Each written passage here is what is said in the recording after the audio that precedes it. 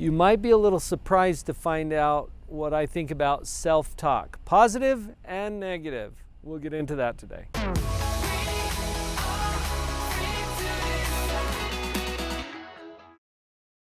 So, do you hear the voices? That makes people a little nervous sometimes when their shrink asks them about the voices. You know, the voices in your head. Oh, you didn't think it would be that kind of a video, right? We all have them, all right? Even if you're there thinking, you have voices? What voices? I don't have voices. That's the one I mean. It's the voice in your head that's commenting about everything that's going on. Now, notice that these voices in your head sometimes work for you, sometimes work against you. So another way to think about this is positive self-talk versus negative self-talk. And there's both kinds, right? So picture it this way. Do you remember the old cartoons with the little shoulder devil and the little shoulder angel? And they're both there on your shoulder and they're trying to get your attention and saying different things to you. So going with that kind of an analogy, just think of it as the enemy and the ally, the friend and the foe, okay? The voices. Now, there are at least three, okay? At least these three.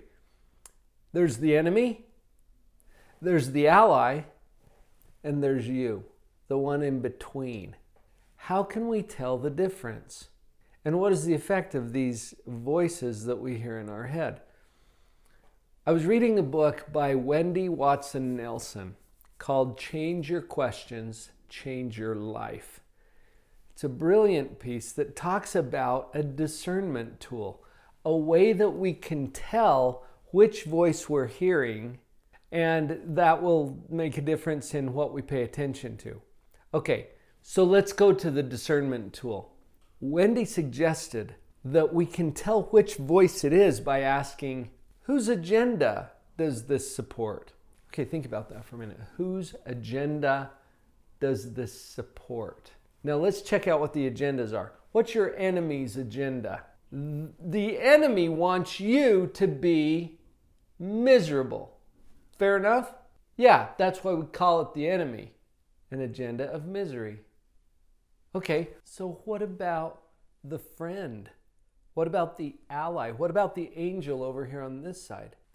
What's your friend's agenda? It's the opposite, right? It's not misery like your enemy wants you to experience. It's joy. In my book, I get into the main thing that we're all after, and I call it the feeling. Happiness, joy, success. We have different words we pick to describe it, but it all comes down to the same thing. It's joy, right? Which is your agenda. So notice this. We got three voices. We got the enemy, we got you, we got your friend. Three voices, two agendas. Misery or joy, because your agenda is exactly the same as the angel's agenda. Can you follow that for a minute? Now, if that's true, and this is all philosophical at this point, what if we could clearly discern whose voice we're hearing in this self-talk? We call it self-talk, but I'm really calling that into question. I don't know that it's all us. I heard a story that was attributed to Eckhart Tolle. You might be familiar with him, an author and philosopher, going through a period of suicidal depression. As he was planning to take his own life, he had a thought, or there was a voice in his head that said, I hate myself. Okay, not an uncommon thought for people who are suicidal. But then he had another thought or voice that saved his life. And the second one was, wait a minute. Who is this I that hates me so much? And who is this me that I hate? Blew his mind. He realized he can't be both of those voices. And it's true. You can't be the one who's hating you. It's not even metaphysically possible.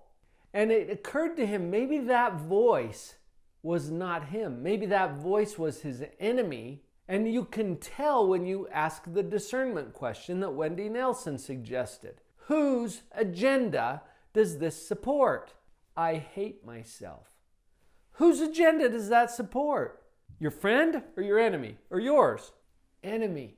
Here's something I learned a few years ago that has really helped me to process this. Know your enemy. Okay? And it's not you. I have to remind couples about this when they're sitting on my couch right over here.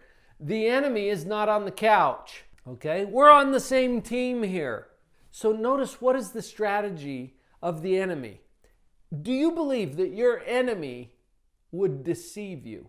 Yeah, probably, right? Would your enemy lie to you? Yeah, probably. Do you think your enemy has been your enemy long enough to know that you won't listen to your enemy? Think about my question. Do you think your enemy has been around long enough to know that you won't listen to your enemy? Yeah. And he's willing to deceive you? Interesting. So listen to the phrase again. I hate myself. Sounds like self-talk because it's first person. And whose voice does it sound like? Well, it sounds like your own voice. Whose agenda does it support? The enemy. It's not you. It's your enemy. And that's the deception. The enemy knows you're not going to listen to the enemy. So to deceive you, what if the enemy is pirating your own voice to deceive you? Because of all the voices in your head, which one do you believe the most? Yeah, this is actually a form of destructive pride. Be aware of it, okay? And we all do it. It's not that you're evil or anything. It's just that this is how we operate. Of all the voices, if I express my opinion to you about you and you hear it in my voice and I say, you know what, you are so awesome.